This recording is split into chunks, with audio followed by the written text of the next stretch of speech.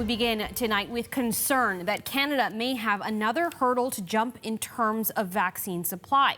What does our current supply look like, and how might it be affected if the countries we get vaccines from enforce new export controls? Sarah Galashan has been digging into that story. Hi, Sarah. Assuming there are no hiccups, where do things currently stand for Canada? Right. So what do we have and what's expected? Our earlier team on the Breaking News desk did reach out to the office of the procurement minister to discuss this. And this is the tally that we were given at that point. So let's put the board up here. Canada right now has secured a total of 245 million doses. That's what's guaranteed by suppliers. So the companies that manufacture the vaccines. By the end of March, 9.5 million of that supply is expected to be delivered to Canada. And the federal government is reporting that as of March 17th already, 4.7 million of those expected doses have been received and distributed across the country. So if you do some simple math, then we're still expecting 4.8 million doses to arrive to Canada by March 31st. So busy times. And to that, check out the pictures that we have from earlier today, Pearson Airport. This is a Moderna shipment arriving to Canada. And more of that, of course, expected if we're going to meet that deadline of March 31st for those millions of doses. Janella? Okay, but our Moderna supply is coming from Europe, which is raising concerns because today the EU is looking to curb vaccine exports for the next month and a half. So what does that mean for us? So what they're talking about here are emergency rules, and essentially they would be targeting vaccine exports leaving Europe based on the receiving country's vaccination rates. In other words, does that receiving country have a high vaccination rate, as well as that receiving country's willingness to export either vaccines or the raw materials to make vaccines.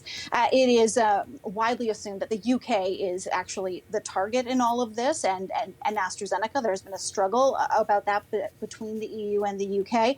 The question here, though, is could Canada get caught in the crossfire? And that CBC put that question to the EU, and a spokesperson responded in a written statement that reads in part, if we can put that up, this is not an export ban. It is about making sure that Europe gets its due share of vaccines. The statement goes on, and it continues to read, Canada is one of the largest beneficiaries of vaccines from the EU, with a total of 6.6 million to date. Now, it seemed that number there includes shipments that are still yet to arrive. So that's some good news because we seem pretty certain that they likely will.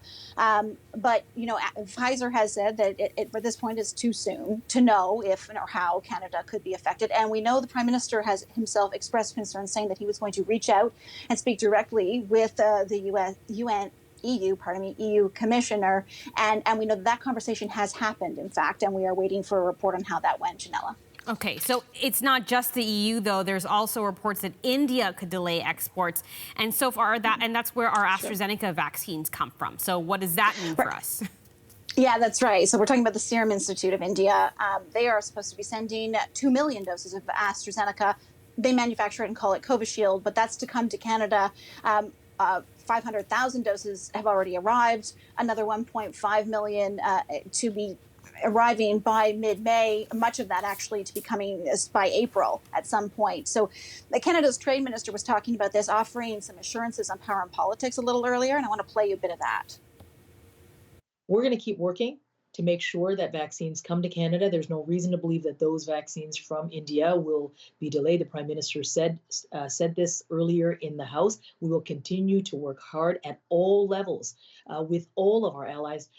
This is the work that I've been doing as the International Trade Minister, making sure that supply chains, particularly for critical essential goods like medicines, continue to flow. And this work continues every single day because it is absolutely our top priority. But now, coming from India, the Deputy High Commission for India in Canada has actually spoken to CBC and talking about the delivery schedule, saying that it actually remains under discussion because India has its own domestic needs, obviously, to be meeting of its own, and already pointing out that India has shipped some 60 million doses to 75 countries around the world, and Canada included in those. Janella? All right, thanks for those details, Sarah. CBC Sarah Galashan. Well, it's not just about what those plans mean for Canada. The head of the WHO has called vaccine nationalism short-sighted and self-defeating in the global fight against the pandemic. And for more on that, I'm joined now by Steven Hoffman. He's the director of the Global Strategy Lab and a professor of global health, law, and political science at York University. He is in Toronto tonight. Hi, Steven. Thanks for being with us. Hello, good evening. So when you hear news that the vaccine exports might be halted in some of these nations, what's your concern about the wider impact? Well, the way that we develop and manufacture vaccines very much depends on global supply chains. And so this news today really highlights that during this pandemic, each country has been focused on itself, which is self-defeating in the sense that pandemics defy national boundaries, viruses don't carry passports, and as a result, we're only safe until everyone on this planet is safe. And so from that perspective, the more that we see countries going solo and taking their own approach, whether that's about ensure or preventing vaccines from being distributed equitably, or whether it's not allowing the export of vaccines, it's bad when it comes to in terms of solving a global solution to this global challenge. So what kinds of policies would you like to see in place to ensure that there is more sort of this global sharing as opposed to this vaccine nationalism? Well, it's clear that this issue that we're seeing today, and some people might be surprised about today, but the researchers like me who focus on pandemics, this was fully predicted. We don't have a global framework for how we develop these kind of research technologies, these health technologies. We don't have a framework for how they should be equitably distributed. And so as a result, it becomes really difficult to do it in the middle of a pandemic.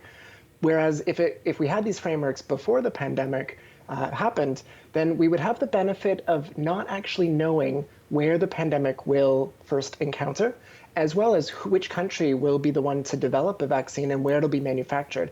At that point, it's in everyone's interest to ensure that, at the very least, there's a fair allocation of vaccines to all countries. But once you know who the winners and the losers are, the domestic politics makes it so difficult to do what's right for the whole world. And that's a real challenge we're seeing with COVID-19. And you mentioned, you've written about this, you wrote about this after the Ebola outbreak, so this is not new. One of the other approaches could be to say that countries like Canada should have looked at, invested in manufacturing here at home. Is that a strategy that you think could also work, or you think that that's also not the right approach?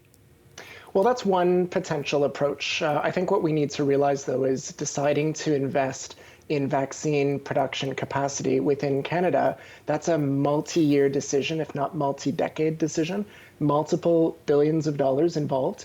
And so that means we would likely have had to have signed checks for hundreds of millions of dollars to incentivize companies to build those kind of plants in Canada. The reality is that when you build a vaccine plant, it needs to be done for quantity. And so that's why there's such a concentration of vaccine manufacturing capacity in the world.